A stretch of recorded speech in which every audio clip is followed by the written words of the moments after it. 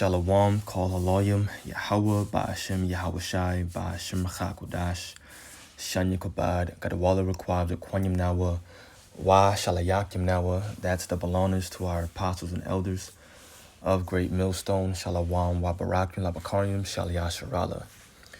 That's peace and blessings to the elect of Israel. I got this article. It came to my Apple News feed. Thought it was interesting talking about the chariots, what the world calls UFOs, or I think the new term is UAPs. And I wanted to bring this out. So it says, out of this world revelations in short supply at U.S. Congress briefing on UFOs. The subtitle says, military admits to being less than forthcoming as amateurs and senators say government should take the issue more seriously because they know that something out of this world is coming. They know that it's the return of Yahweh Shai, and they're secretly preparing for it. So they give you a little bit of information, but they don't give you much. So I want to read a good bit of this article because it's pretty interesting, and then we'll grab some more relevant scriptures. The first paragraph says, the U.S. Congress held its first open briefing on UFOs in more than 50 years on Tuesday, but those seeking explanations for the numerous military sightings of unexplained objects were left disappointed as defense officials appeared to hold their juiciest information for closed-door hearings. During a 90-minute briefing in Washington, a highlight was a release of two new videos showing unidentified aerial phenomena, UAPs, that's the new name for UFOs, although one of them was immediately debunked by Scott Bray, the Deputy Director of Navy Intelligence. Now check this out. This is pretty interesting.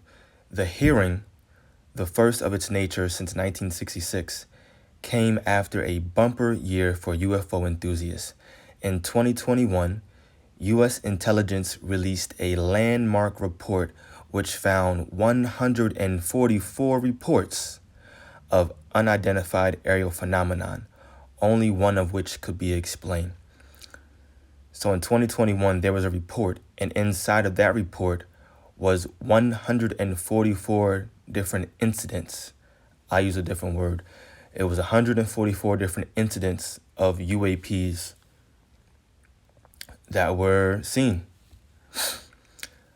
Odd number, right? It says the report followed U.S. Navy pilots publicly discussing their encounters with UAPs, with one retired lieutenant claiming he saw objects in the sky above the East Coast, quote, every day for at least a couple years. So a retired lieutenant said that he saw above the East Coast UAPs every day for at least a couple years. And you know the angels allowed that to happen on purpose. Just to be very transparent, these so-called UAPs, so-called UFOs, are chariots of the Lord. They can be found in the Bible, and they are the chariots of our salvation that are returning. Yahweh Shai will be returning in one, the Messiah, to deliver the elect and also to destroy Babylon the Great. And also the angels inside of them. Right now, they're only appearing themselves just for, you can say for many reasons, but the number one reason is just because they're scoping this place out. And also, too, to increase the faith of the elect. We hear about these things, we get excited. We see them, we get excited. We report on it, right? It boosts our faith. Maybe one or two more paragraphs.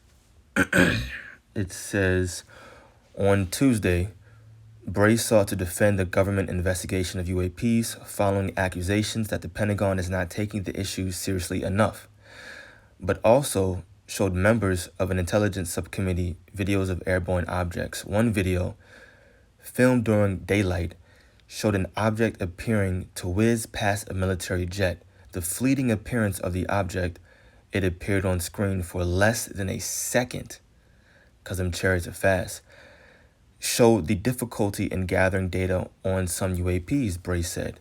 Another clip, recorded at night from a military plane at some time in 2019, showed the triangle shapes appearing to hover in the sky.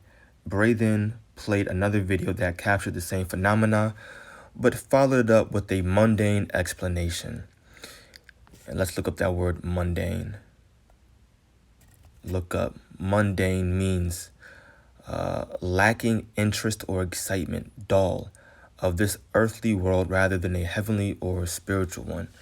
So he gave it a dull meaning. He gave an excuse to the so-called phenomena that they seen. And his excuse was the objects were drones. That's what he says. Rendered triangular in shape and otherworldly in motion because of a quirk in the way video was captured through night vision equipment. So they're trying to make excuses to, when you keep reading the article, what they get into is only giving a little bit of information to make people be a little bit comfortable with what they're seeing, trying to make some kind of logic out of all these sightings and what they're seeing. But you can't. You're not going to be able to do research on the chariots of the Lord. It's technology out of this world, unimaginable, things that we've never even heard of, probably material and different elements that we've never even seen, that we'd have no clue about, is what it's probably made of. They can fly faster than we can imagine, disappear, reappear, go in water, out of water. I mean, they can do probably anything. Light years ahead of the so-called technology that Esau Edom has right now. And they're worried, they're scared, and the upper elites, they know exactly what's going on. And of course, we do as well. Oops, we're going to start here in the book of Psalm 68, and we're going to read verse 17. The chariots of the Most High are 20,000, even thousands of angels. The Lord is among them as in Sinai in the holy place. And that one guy said that he saw sightings every day for years. What was it, 2 or 3 years? He said saw these sightings every single day. I mean, how many chariots are out there? Millions, billions, probably a number that's unimaginable. Who knows? But that's what you're seeing. That's what these so-called these military sightings are all about. They're seeing chariots of the Lord, and they're worried because you fear what you don't know, and they're not able to gather what they call intelligence, quote unquote, about these chariots. But the Bible tells us all about them. These are the chariots of salvation coming to deliver the elect out of the nation of Israel. And that story, that narrative is portrayed here in Matthew 24 when you read verses 30 and 31, which says, "And then shall appear the sign of the Son of Man in heaven." That's Yahushua, the Messiah. "And then shall all the tribes of the earth mourn, and they shall see the Son of Man coming in the clouds of heaven with power and great glory." The clouds right here is a metaphor or an analogy for the chariots. Yahushua, the Messiah, is not going to come floating on top of a small cloud. This is a chariot. As a matter of fact, that's in the book of Psalm, right? Let me just see if I can find that real quick. Psalm, not 105, I think that's it. Psalm 104, verse 3. It says, "Who layeth the beams of his chambers in the waters, who maketh the clouds his chariot, who walketh upon the wings of the wind." So you have to go precept upon precept, line upon line, here a little and there a little, in order to understand what's the proper word? The verbiage that the Bible uses. Sometimes one word can literally be an analogy in itself. So right here, the Bible is letting us know that the word cloud is used as a reference for chariots. And it's also a physical meaning. Sometimes you look up in the sky and you see a cloud that looks like a chariot. Well, more than likely it is. Sometimes it can be a cloud disguised as a chariot. Other way around. Sometimes it can be a chariot disguised as a cloud. But that word is, interchangeable. Let's go back and let's finish that out. Matthew 24, and now we'll read verse 31. It says, "And he shall send his angels with a great sound of a trumpet," and they're also going to be returning in the clouds, in the chariots, "and they shall gather together his elect from the four winds, from one end of heaven to the other." So these chariots, these clouds are coming to deliver the elect out of the nation of Israel and also to destroy Babylon the Great. All right, so now let's jump over to the book. As a matter of fact, we'll stay here since we're already here in the book of Revelation 19. And we'll read verses 10 and 11. The point is verse 11, so let me highlight that. Verse 10 reads, "And I fell at his feet to worship him. And he said unto me, See thou do it not. I am thy fellow servant and of thy brethren that have the testimony of Yahushai. Worship the Most High, for the testimony of Yahushai is the spirit of prophecy." And reading certain scriptures like what I just read in the book of Matthew, the 24th chapter, that's prophecy. It's something that hasn't happened but will come to pass very, very soon. Yes, in your lifetime, in my lifetime. Verse 11, "And I saw heaven open, and behold, a white horse," the same white horse that you read about, I believe, in the book of Revelation, the 6th chapter. This is referring to a chariot, which is also symbolic of Yahushai. "And I saw heaven open, and behold, a white horse, and he that sat upon him," more specifically, that's Yahushai, "was called Faithful and True, and in righteousness he doth judge and make war." So Yahushai is coming back to declare and make war with all the other nations that are going to be taking part in World War III. And that's outlined in the book of 2nd Ezra, the 13th chapter.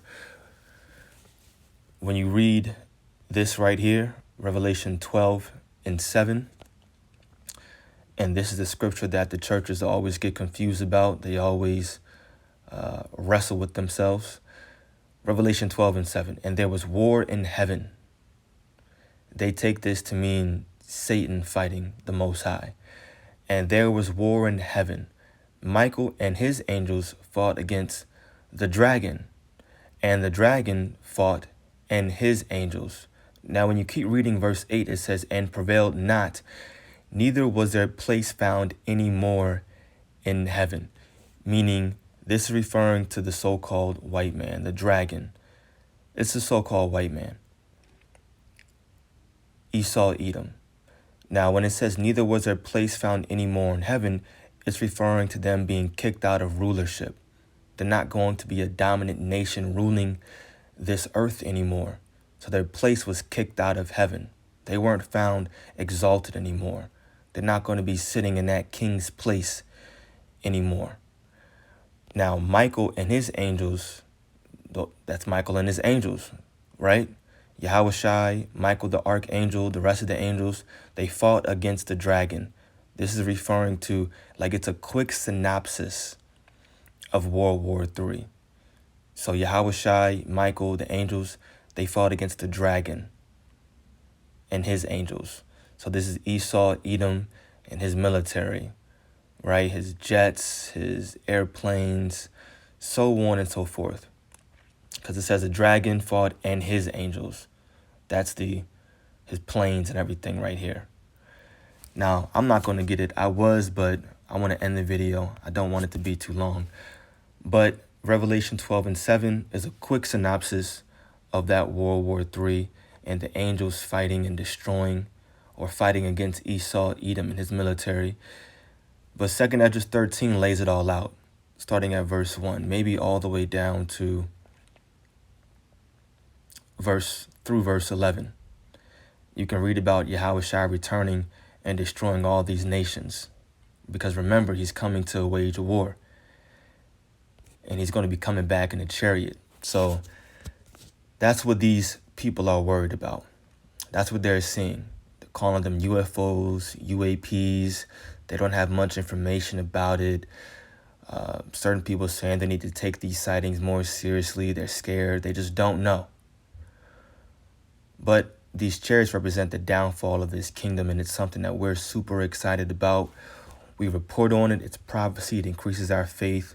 And Lord's will, we're all a part of that number whom these chariots are going to come and deliver. So I pray that this video was edifying to the elect. Call Elohim Yahweh, Ba'ashem Yahweh Shai, Ba'ashem Rachakudash.